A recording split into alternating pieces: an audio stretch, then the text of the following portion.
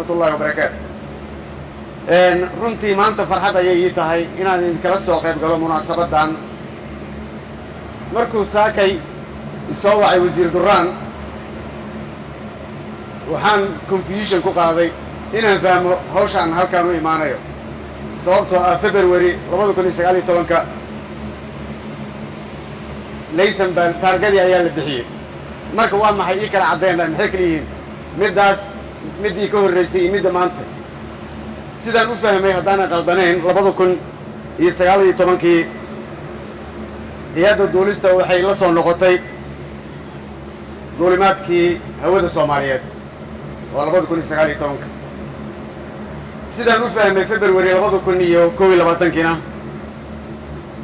waxaa la bixiyay taargooyinkii 6 oo ama 6 Oscar oo la siiyay 3 diyuuradood oo ay ka mid tahay Freedom.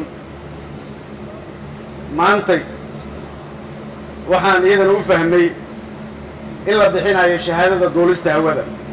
macnaheedu waxa weeye haddii baabuurkii taargada leeyahay darawalkii inuu laysanka haysto in loo baahan yahay wada maristii.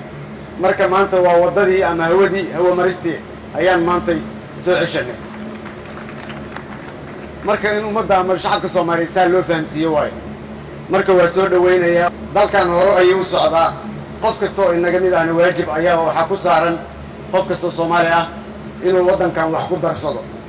saa darteed waxaan leeyahay wasaaradda duulista hay'adda duulista maanta waxay dalka ku darsadeen soo celintii shahaadada duulista hawada Soomaaliyeed iyadoon waqti la cayimin. marka hore loo socdo qof kastana waajibkaas ayaa saaran. waxaa idin leeyahay dhammaantiin waa mahadsantihiin ka soo qaybgalka waana inoo furan tahay bixintii shahaadada duulista hawada. waxaan si gaar ah rabaa inaan ugu mahad celiyo duuliyaasha Soomaaliyeed iyo diyaaradaha Soomaaliyeed ee haysta laysanka. runtii aniga ka ra'iisul wasaare ahaan duuliyihii halkan ka hadlayay dhowr jeer ayuu safarro ii qaaday. xafiiskaygana waa kala dardaarmaa in mar kasta priority-ga ama muhiimadda koowaad la siiyo diyaaradaha Soomaaliyeed iyo gaar ahaan duuliyaasha Soomaaliyeed ee haysta laysanka.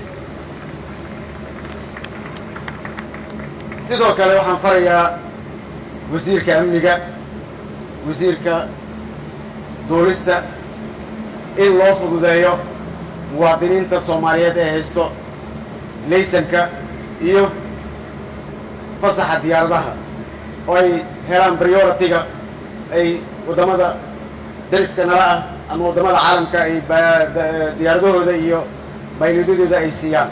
dib aan isugu noqono haddaadan adiga iskaraameen cidna kuma karaameynayso. qofka is-sharfa ayaa sharaf leh. taasna waxaan farayaa wasaaradda amniga iyo wasaaradda duulista iyo booliiskaba.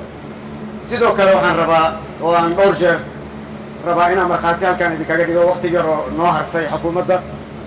wasiir Durraan dhowr jeer ayaan dhahay soo gudbi balaanka garoonka cusub ee mustaqbalka ay yeelan doonto dowladda Soomaaliyeed magaalada madaxdiisa Muqdisho.